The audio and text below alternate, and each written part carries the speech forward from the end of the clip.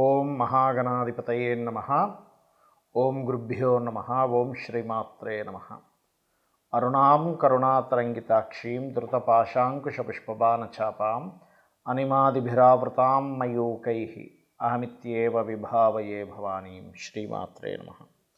ప్రేక్షకులకి ఆ లలితాంబిక అమ్మవారి యొక్క అనుగ్రహం పరిపూర్ణంగా కలగాలని మనస్ఫూర్తి కోరుకుంటూ 2026 సంవత్సరం ఫలితాల్లో ముఖ్యంగా నక్షత్రాల బట్టి ఏ విధమైనటువంటి జాగ్రత్తలు తీసుకోవాలి, మీరు ప్రధానంగా ఎటువంటి విషయాల్లో మీకు గొప్ప అవకాశాలు వస్తాయి, అదేవిధంగా ఇప్పుడు ఉన్నటువంటి గ్రహస్థితి ఏమిటి, అయితే ఈ యొక్క అంశాలు చెప్తుంది నేనైనప్పటికీ కూడా చెప్పేసిన సాక్షాత్ లలిత అమ్మవారికి అభ్యవస్తు. సర్వసాధారణంగా మనం ఏంటంటే ఉగాది నుంచే చూసుకుంటాం మనం ఎప్పుడైనా సరే. కాకపోతే చాలామంది జనవరి నుంచి డిసెంబర్ వరకు ప్లాన్ చేసుకుంటారు కాబట్టి అసలు ఇన్వెస్ట్మెంట్స్ అనుకోండి, వివాహం అనుకోండి, ఒక గృహయోగం అనుకోండి, జాబ్ సంబంధించినవి, అబ్రాడ్ వెళ్ళేవి, ఇలాంటివన్నీ కూడా గ్రహస్థితులు ఎంతవరకు బాగున్నాయి, ఎంతవరకు సపోర్టివ్గా ఉన్నాయి అనేటువంటి విషయాన్ని ఒక్కొక్కటిగా తెలుసుకుందాం. అయితే దీనికంటే ముందు ఈ మేజర్ ప్లానెట్స్ అంటే రాహుకేతువులు నవంబర్ 2026 నవంబర్ వరకు అక్కడే ఉంటున్నారు, కుంభ మరియు సింహరాశుల్లో. దాని తర్వాత కుంభరాశిలో ఉండే రాహు మకరంలోకి, సింహరాశిలో ఉండే కేతు కర్కాటకంలోకి వెళ్తున్నాడు. ఈ సంవత్సరం అంటే 2026 సంవత్సరం అంతా కూడా మే వరకు మిథునంలో ఉండే గురువు మే తర్వాత మనకి కర్కాటకంలోకి వెళ్ళడం జరుగుతుంది. టోటల్ ఇయర్ మొత్తము కూడా శని పర్టికులర్గా మనకి ఇక్కడే ఉంటాడు మన మీన రాశిలోనే. కాకపోతే 27 జూలై నుంచి మాత్రం వక్రిస్తాడు. సో ఒక్కొక్క రాశిరీత్యా విషయాలు మనం తెలుసుకుందాం. కుంభం వారికి కనుక చూసుకున్నట్లయితే కుంభరాశి వారికి ప్రధానంగా మీరు ఇందులో ఉండే నక్షత్రాలు ధనిష్ట 3-4 పాదాలు వీరు ఎక్కువగా ఆరాధన చేయడం, ధ్యానం చేయడం అనేటువంటి సుబ్రహ్మణ్య స్వామికి లేదా నరసింహస్వామికి చేసుకోవచ్చు. శతభిష నక్షత్రం కూడా ఇందులో ఉంటుంది. మీరు ఈ యొక్క సంవత్సరంలో రాశిలోనే రాహు యొక్క సంచారం జరుగుతుంది కాబట్టి విదేశీ సంబంధించిన ఏమైనా ప్లాన్ చేసుకున్నట్లయితే బాగుంటుంది. అలాగే కొంచెం తెలియని కొన్ని ఇమాజినేషన్స్, కొన్ని తెలియని మోసపోవడాలు జరుగుతుంటాయి కాబట్టి ఈ యొక్క విషయంలో జాగ్రత్తగా ఉండాలి. మీరు పూర్వభద్ర నక్షత్రం 1, 2, 3 పాదాలు ఉంటాయి ఇందులో ఈ కుంభరాశిలో. పూర్వభద్ర నక్షత్రం వారికి కాస్త ఫినాన్షియల్ గ్రోత్ అయితే ఉంది, డోంట్ వరీ. కాకపోతే శనికి సంబంధించిన దేవతారాధన ఎక్కువగా చేస్తూ ఉండండి. అంటే శని ఆలయాలకు వెళ్ళి అక్కడ దీపారాధన చేయడము, తైలాభిషేకం చేయడము, వెంకటేశ్వర స్వామి ఆలయాలకు వెళ్ళడం, విష్ణు ఆలయాలకు వెళ్ళడం ఎక్కువ చేస్తూ ఉండండి. అప్పుడు మీ పూర్వభద్ర నక్షత్రం వారికి శని ప్రభావం ఎక్కువగా ఉండదు. ఇక ఒకటే గుర్తుపెట్టుకోండి, పూర్వభద్ర వారు జయ గురుదత్త, శ్రీ గురుదత్త అనే నామస్మరణ చేయడం కూడా మంచిది. ఇక మరొక విషయం ఏంటంటే ఇక్కడ మీకు ఎప్పుడైతే రాహు రాశిలో ఉన్నాడో ఇది కొంచెం సర్ప సంబంధించినటువంటి దోషంగా చెప్తూ ఉంటారు రాశిలో ఉండే రాహు. కాబట్టి ఈ కొంతమంది విదేశాలకు వెళ్ళడం, జీవిత భాగస్వామి దూరంగా వెళ్ళడం లాంటివి జరుగుతుంటాయి ఈ కాంబినేషన్ వల్ల. ఇక మీరు నిత్యము చేయవలసిన దేవతారాధన నారాయణుడికి చేసుకునే ఈ రాశి వాళ్ళందరూ కూడా ఫినాన్షియల్గా కొంత స్ట్రెస్ ఉంటుంది. బట్ డోంట్ వరీ, ఆ యొక్క స్ట్రెస్ అనేది జూన్ నుంచి చాలా మటుకు క్లియర్ అవుతుంది. అదేవిధంగా కొత్త ఉద్యోగ అవకాశాలు కూడా జూన్ నుంచి వస్తాయి మీకు. అలాగే మరొక విషయం ఏంటంటే ఇక్కడ గృహం ఏదైనా గృహం కానీ స్థలం కానీ కొనుగోలు చేయాలనుకునేటువంటి వారు ఖచ్చితంగా మీరు లలిత అమ్మవారిని అదేవిధంగా మణిద్వీప వర్ణం చేయండి. మే లోపల మీకు గృహయోగం అనేటువంటిది బలంగా చూపిస్తుంది.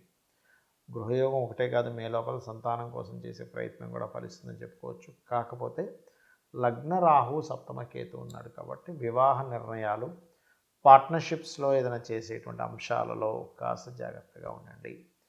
ఇక ఉద్యోగం కోసం చేసే ప్రయత్నాలు కొంత స్ట్రెస్ని ఇస్తున్నప్పటికీ కూడా జూన్ నుంచి చాలా చాలా అనుకూలంగా ఉంటాయి. ఇక మీరు నిత్యము చేయవలసినటువంటి దేవతారాధన ఓం నమో నారాయణాయ అనే నామాన్ని ఎక్కువగా చేస్తూ ఉండండి, అన్ని విధాలు బాగుంటుంది. చాలామంది జాతక చక్రం అసలు ఎందుకు చూపించుకోవాలి, అసలు దానికి ఉండేటువంటి ఇంపార్టెన్స్ ఏమిటి, మనకి జాతకం చూపించుకోవడం ద్వారా కలిగేటువంటి ఫలితం ఏమిటి అని అడుగుతూ ఉంటారు నన్ను. చాలామంది అనుకుంటారంటే జాతక చక్రం చెప్పడం అంటే కేవలం ఏలినాడ్స్ నడుస్తుందండి, మీకు పలానా సర్పదోషం ఉందండి, లేకపోతే మీకు పలానా ఇంకోటేదో ఆశ్లేష బలి చేయించాలి, ఇంతవరకే అనుకుంటారు. అది కేవలం ఒక 1% కూడా కాదు, చాలా తక్కువ ఆ విషయం చెప్పడం అనేది. ఒకటేంటంటే మన జీవితంలో మనం బాగా ఒత్తిడి ఎదుర్కొంటున్నాము, విపరీతమైన స్ట్రెస్లోకి వెళ్ళిపోతున్నాము, ప్రతిసారి నేను జీవితంలో ప్రతిసారి ఓడిపోతున్నాను అన్నప్పుడు అది నువ్వు ఏ పరంగా ఓడిపోతున్నావు, అది ఏ భావంతో కనెక్టివిటీ అనే దాన్ని చూస్తూ లగ్నం ఎంత స్ట్రెంత్గా ఉందని చూస్తాం. అంటే ఒక వ్యక్తి చాలా అవలీలగా 500 కిలోలు టక్కన లేపితే ఇంకో వ్యక్తి 50 కిలోలు బరువు అతను లేపడానికి స్ట్రెంత్ సరిపోదు. ఎందుకు? ఇద్దరు మనుషులే కదండి, ఇద్దరు ఒకే వయసు వాళ్ళు. అంటే ఇతనిలో ఉండే శక్తి అతనిలో ఉండే శక్తి వేరు. ఏ అనే అక్షరం బి అనే పర్సన్, ఏఆర్బి అనుకుంటే మా ఉదాహరణకి. అలా స్ట్రెంత్ని అయితే ఆ వ్యక్తి 50 కిలోలు కాదు కదా, 500 కిలోలు దాటి కూడా లిఫ్ట్ చేయగలుగుతాడు. అలా మీ లగ్నం ఎప్పుడైనా సరే స్ట్రాంగ్గా లేదు, అక్కడ ఏదో ఎఫెక్టివ్గా ఉంది అన్నప్పుడు దానికి సంబంధించి దానం ఇవ్వడం ద్వారా మీ లైఫ్లో సక్సెస్ పొందడానికి, స్ట్రాంగ్గా ఎటువంటి సిచ్యువేషన్స్ వచ్చినా నిలబడడానికి మీ లగ్నం చెప్తుంది. అదేవిధంగా ప్రతి భావము ఉంటుంది. ఇప్పుడు చాలామంది చూడండి, నేను ఫలానా వ్యాపారం చేశాను, నేను ఫలానా ట్రై చేశాను లైఫ్లో, కానీ నేను ఫెయిల్యూర్ అయిపోయాను, ధనం రాలేదు, ఉన్ని డబ్బులు పోయాయి అంటారు. ఇక్కడ ఏంటంటే మీరు ఒక వ్యాపారం చేసేటప్పుడు ఇన్వెస్ట్మెంట్ పర్ఫెక్ట్ టైంలో చేస్తున్నారా లేదా, మీకు అసలు ఎందులో ధనయోగం ఉంది అనే దాన్ని చాలా స్పష్టంగా మనకి జ్యోతిష్ శాస్త్రం చెప్తుంది. అంతేగాని ఏదో ఇది అవ్వచ్చు, ఇది చేసి ట్రై చేయండి అనేటువంటిది ఉండదు. ఇక కొంతమందికి వాళ్ళకి లేదన్నా సరే మేము చేస్తాం సార్ అంటే ట్రై చేయండి అంటాం. కానీ ఉండే విషయం ఏంటంటే వెరీ స్పెసిఫిక్గా ఉంటుంది. మీకు వ్యాపారమా, ఉద్యోగమా, ఇక్కడుండి చేస్తే బాగుంటుందా, విదేశాలకు వెళ్ళి చేస్తే బాగుంటుందా అనేది ఒక క్లియర్ సమాధానం జ్యోతిష్ శాస్త్రం ఇస్తుంది.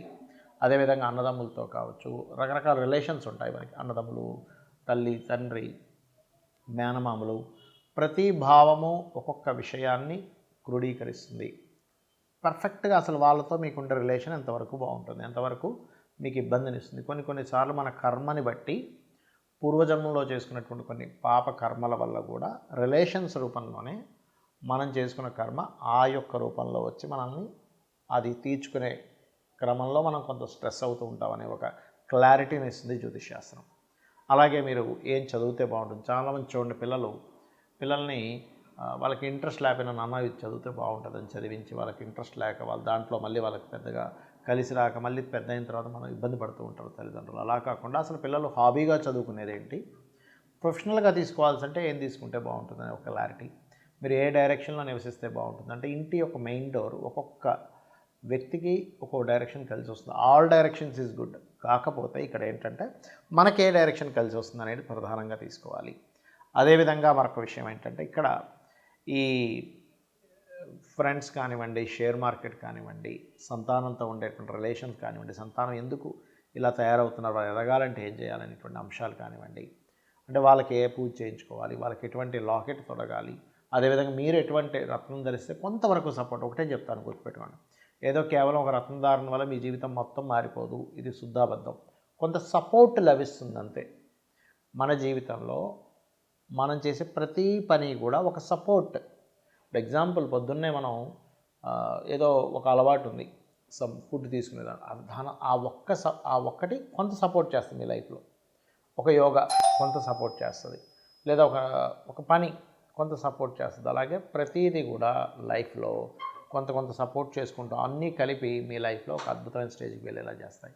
అదేవిధంగా వివాహ జీవిత భాగస్వామి ఎలా వస్తారు, ఎలాంటి వ్యక్తులతో మీకు వివాహం అవుతుంది, అసలు మీ వివాహ జీవితం ఎలా ఉంటుంది, ఎట్ ఎ సేమ్ టైం మీ యొక్క జన్మజాతకంలో మీరు వృత్తి వ్యాపార సంబంధించిన విషయంలో ఎప్పుడు అప్ అండ్ డౌన్స్ ఉన్నాయి, ఎప్పుడు ఇన్వెస్ట్మెంట్ చేయొచ్చు, ఎప్పుడు ఇన్వెస్ట్మెంట్స్ చేయకూడదు, ఇలాంటి అనేకమైనటువంటి అంశాలు. అదేవిధంగా మీరు నిత్యము ఏ దేవతారాధన చేస్తే బాగుంటుంది. అలాగే మరొక విషయం ఏంటంటే ఇక్కడ గమనించినట్లయితే మీరు ప్రత్యేకంగా ఒక్కోసారి చూడండి, మనం కార్స్ తీసుకుంటూ ఉంటాం, లేకపోతే కలర్స్, ఇంపార్టెంట్ పని మీద వెళ్ళినప్పుడు కొన్ని కలర్స్ ధరిస్తూ ఉంటాం.